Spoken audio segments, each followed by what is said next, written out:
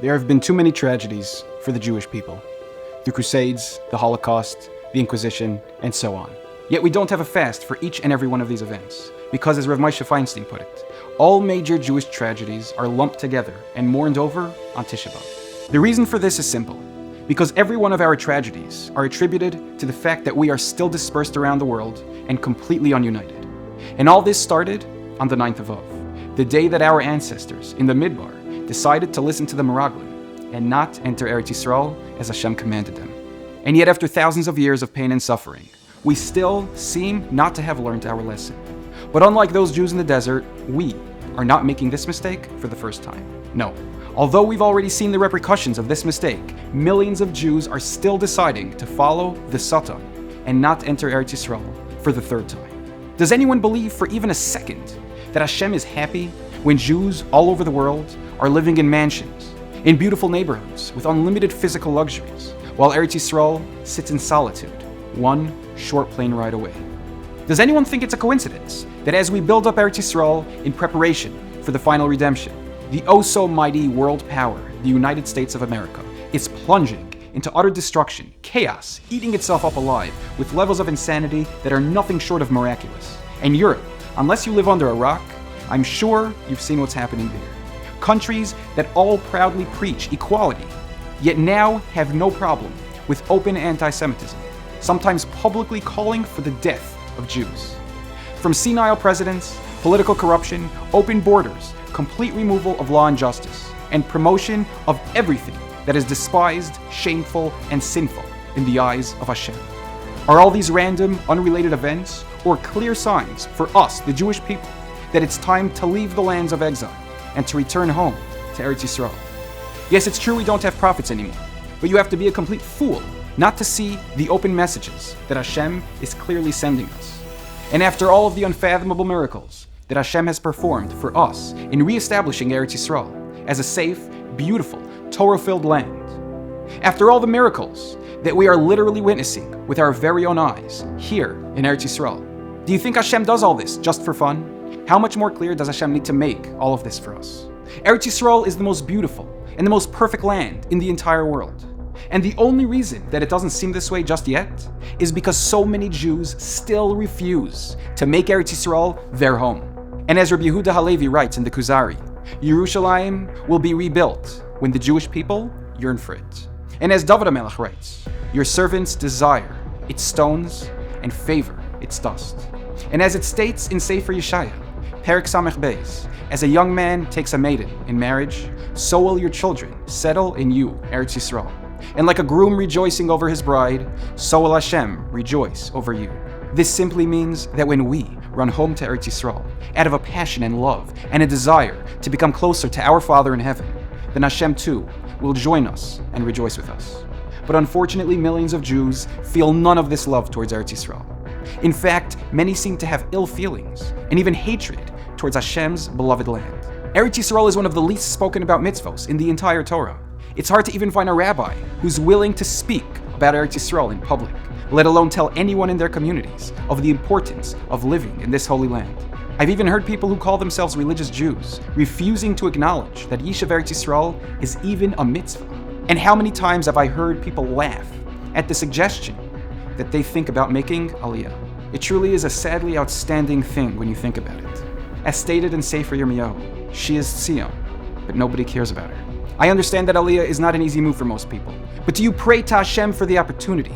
Do you pray to Hashem to give you the strength and the capabilities to move to Eretz Yisroel as soon as possible? Have you ever even shed a tear that there's a despicable mosque sitting on top of Hashem's holy Har HaBayis? And if not, then why cry on Tisha B'Av? For many Jews, Tisha B'Av should be a day of rejoicing, a day of happiness.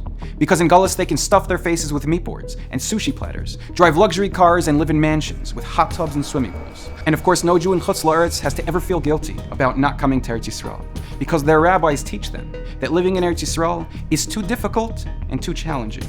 And who needs that sort of stress? And somehow these same people have convinced themselves that we have nothing to do with the coming of Mashiach. When Hashem is ready, the Beis HaMikdash will just fly down from the sky, and a giant eagle will come around and pick up all the Jews from their doorsteps.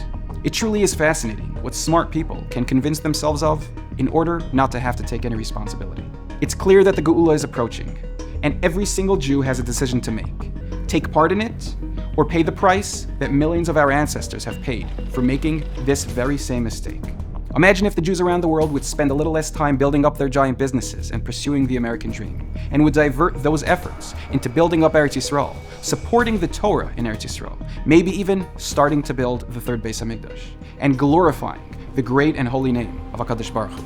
Do you think Hashem wouldn't take notice and respond in kind to such an endeavor? I'd like to now read a few words by the great Rav Emden, a tzaddik who had a passionate love for Eretz Yisroel. These words he wrote on his commentary in his siddur, called the Siddur Beis Yaakov.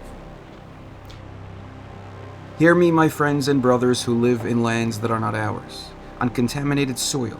Remember this and strengthen yourselves. Remember Hashem and place Jerusalem upon your heart. Do not intend to settle down in Chutz La'aretz, God forbid, to fulfill the prophecy that the land of your enemies will consume you. That was the sin of our earliest ancestors, who caused us eternal weeping by despising the desirable land. Because this sin has stood against us throughout our bitter exile. We have been persecuted, we have toiled, but found no rest. We have been forgotten like the dead, all because we have completely forgotten about living in Eretz Yisroel.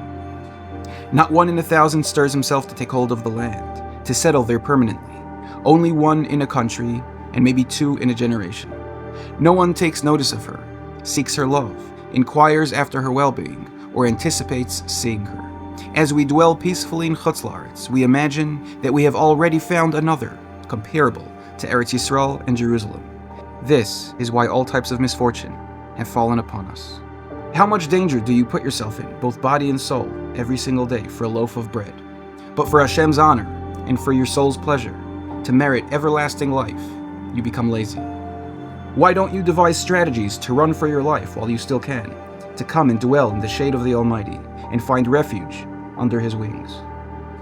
But if the Jews would only desire and resolve to return to the Holy Land, and engage in Torah there, the land would return to its original strength and goodness. As long as the Jews, especially the Talmidei Chachamim, fail to give thought to their land, their Torah will not truly endure, for one is dependent on the other. In truth, this is a persistent question against the holy Jewish people. In every other area, they take stringencies upon themselves. They are extremely meticulous regarding the smallest and minutest details of many other mitzvos, spending large sums of money and exerting great effort to observe them in the most meticulous ways possible. Why then do they belittle and act so slothfully towards this beloved mitzvah, the peg upon which the entire Torah hangs? These are just a few of the many words of Rav Emden, and how he passionately loved Eretz Yisroel and could not understand why Klal Yisroel refused to take hold of this mitzvah. To ignore Eretz Yisroel is to pay no attention to the prayers that we say every single day throughout Shachris, Mincha, and Marv. It means ignoring the holy words of David HaMelech, who sings unlimited praise about our beloved land and its unlimited virtues all throughout the Tehillim. It means ignoring the words we say when we bench Birchat HaMazon. It means ignoring an extremely large percentage of the Torah, the Nevi'im, the Gemara, and the words of our greatest sages. It means picking and choosing which halachas to follow and which parts of the Torah are still relevant. It means paying literally no attention to all of the prophecies spoken by our great Nevi'im. And lastly, it means being completely ignorant to the fact that we're still living in Galus and to what our true purpose as a nation in this world is. To ignore Eretz Yisroel is to ignore what it truly means to be a Jew.